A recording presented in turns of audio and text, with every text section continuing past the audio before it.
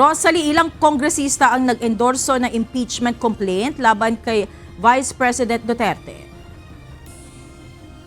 Monica, 215 na mga kongresista to be exact ang lumagda sa ikaapat na impeachment complaint Pwede wag laban kay masyadong Vice President Sara Duterte. Nag-ugat yung reklamo sa questionableng paggasto sa controversial na confidential funds ng Office of the Vice President at ng Department of Education. Ginawa yan yung huling araw ng sesyon sa plenaryo ng Kamara bago ang nakatakdang break sa February 8, araw ng Sabado, bilang paghahanda naman sa midterm elections. Higit pa sa kinakailangang requirement na 1/3 ng kabuang bilang na 306 House members ang nag-endorso sa ikaapat na impeachment complaint kanina. Nasa 102 lamang ang hinihingi, subalit 215 ang sumang-ayon, kaya diretso na ang reklamo sa Senado na siyang magsisilbing impeachment court. There is a motion to direct the Secretary General to immediately endorse to the Senate the impeachment complaint, having been filed by more than 1/3 of the membership of the House, or a total of 215 members. Is there any objection? The chair hears none. The motion is approved. The Secretary General is so directed. The session is suspended. Bukod dito, 11 kongresista ang itinalagang prosecutors para sa impeachment trial. Partikular na sina Batangas 2nd District Representative Jervil Luistro, Antipolo 2nd District Representative Romeo Acop, One Rider Party List Representative Rog Gutierrez, Manila 3rd District Representative Joel Chua, Ako Bicol Party List Representative Jill Bongalon, General Santos City Representative Loreto Atcharon, 4-Piece Party List Representative Marcelino Libanan, Oriental Mindoro 1st District Representative Arnan Panaligan, San Juan City Representative Isabel Maria Zamora, Iloilo 3rd District Representative Lawrence Defensor at Bukidnon 2nd District Representative Jonathan Keith Flores. Ang ikaapat na reklamo ay may 7 articles of impeachment, matinding paglabag sa saligang batas, pagsira sa tiwala ng publiko, graft and corruption at iba pang high crimes. Nakasaad sa grounds of impeachment na hindi akma para sa public office si VP Duterte, kaya dapat mapatalsik sa pamamagitan ng impeachment. Dagdag pa rito ang umano'y pag-contract ni VP Duterte sa isang assassin at pagpaplanong patayin o i-assassinate si Pangulong Ferdinand Marcos Jr., ang First Lady at Speaker of the House. Kasama rin sa dahilan ang maling paggamit umano ng confidential funds ng Office of the Vice President at Department of Education. Matatag ang ebidensya, and ang ebidensya mismo nanggaling sa respondent o sa kinasuhan. These are very grave and serious offenses against not only the President, but it's a violation of the Constitution.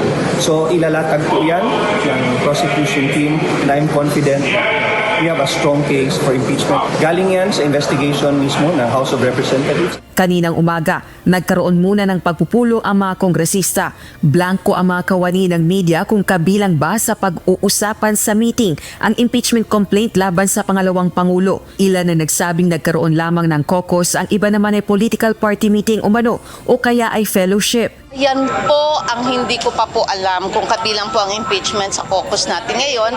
Wala pa rin kasi kaming alam, but we were called to attend. I just received the message. When did you receive it? I am not yet aware because the message was a little vague. Itinuturing naman ng mga complainant at endorser ng unang 3 impeachment complaints na makasaysayan ng araw na ito dahil sa wakas nila, mapapanagot na si VP Duterte sa pag-abuso sa kapangyarihan bunsod ng questionableng paggastos sa confidential funds nito. Inaasahan ng mga ito na magkakaroon ng conviction kay VP Duterte sa Senado. Sa dulo naman, pag malaki ang suporta ng taong bayan, the Senate will have to yield to the will of the people. We hope that the President will not stand in the way of accountability and justice. Kahit one ground lang, only one ground needs to convict. Pag one ground lang ang impeachment na itatackle, kaya ng Senado yung 2, 3, 4 weeks na itry yun bago magpalit ang bago mag-end ang term nila by June 30 of 2025. It will be historic events. It will be the first impeachment of sitting Vice President of the Republic of the Philippines. When the pieces of evidence are presented to the members of the Senate, it will be hard for them not to convict the Vice President.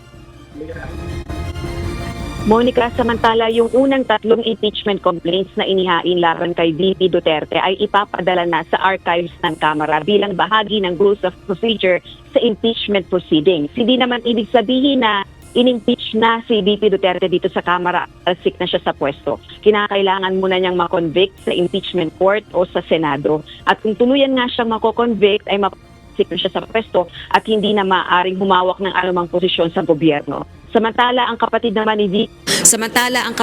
ni VP Duterte dito sa Kamara ni sa Davao City 1st District Representative Paulo Duterte ay tinuligsa ang hakbang ng kanyang mga kapwa kongresista at tinawag itong desperado at politically motivated efforts para i-railroad umano ang impeachment laban sa kanyang kapatid na si VP Duterte.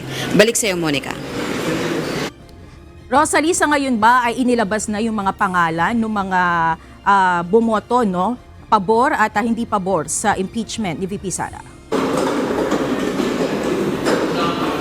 Tama ka dyan, Monica. Ito, tinitingnan natin sa ating file. Naglabas na kanina, according sa ating mga sources, yung listahan ng 215 mga kongresista na lumagda dito sa ika-4 na impeachment complaint at nangunguna nga dyan ang presidential son at ang Senior Deputy Majority Leader si Ilocos Norte 1st District Representative Ferdinand Marcos at sinusundan niya ng iba pang House officials na si Senior Deputy Speaker Aurelio Gonzales, ganun din ang Majority Leader na si Manuel Jose Dalipe at si Representative JJ Romualdo, si Deputy Speaker David JJ Suarez, si Representative Jefferson Conghun, at yan yung unang 6. Ibig sabihin itong top 10 top 6 na lumagda dito sa impeachment complaint. Ika-4 na impeachment complaint ni VP Duterte ay mga House leaders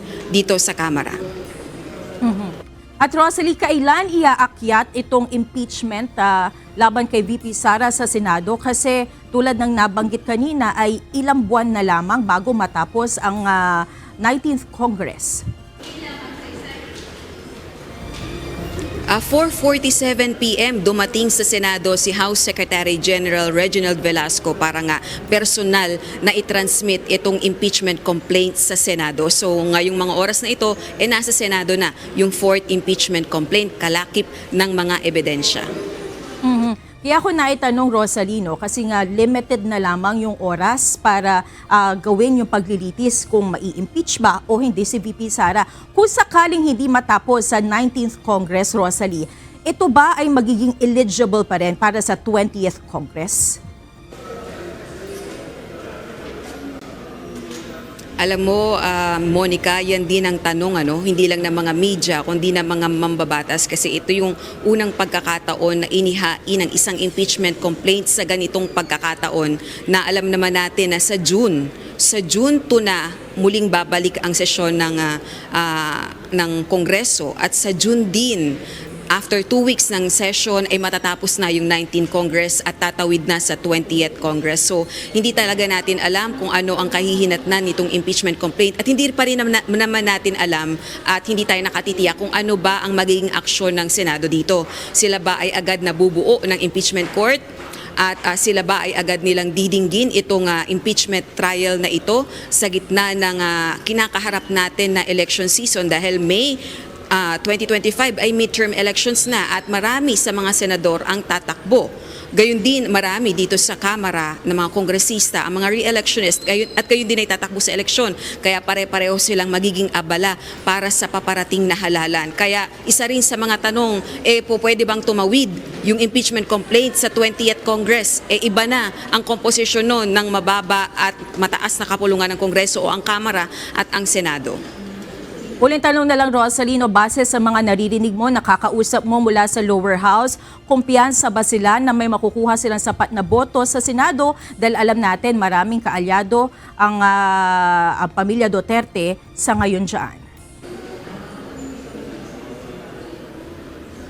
Yun ang tiwala naman yung mga endorsers ng impeachment complaint, particular na si Akbayan Party List Representative Percy Sendanya, yung endorser ng unang impeachment complaint dito sa Kamara na ditinggi ng Senado kung ano ba yung clamor, kung ano ba yung panawagan ng taong bayan kasi nananalig sila bati sa batay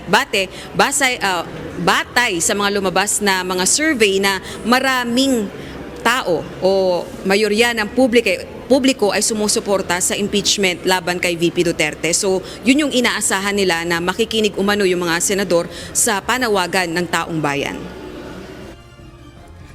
Alright, maraming salamat Rosalie Coz, live mula sa House of Representatives.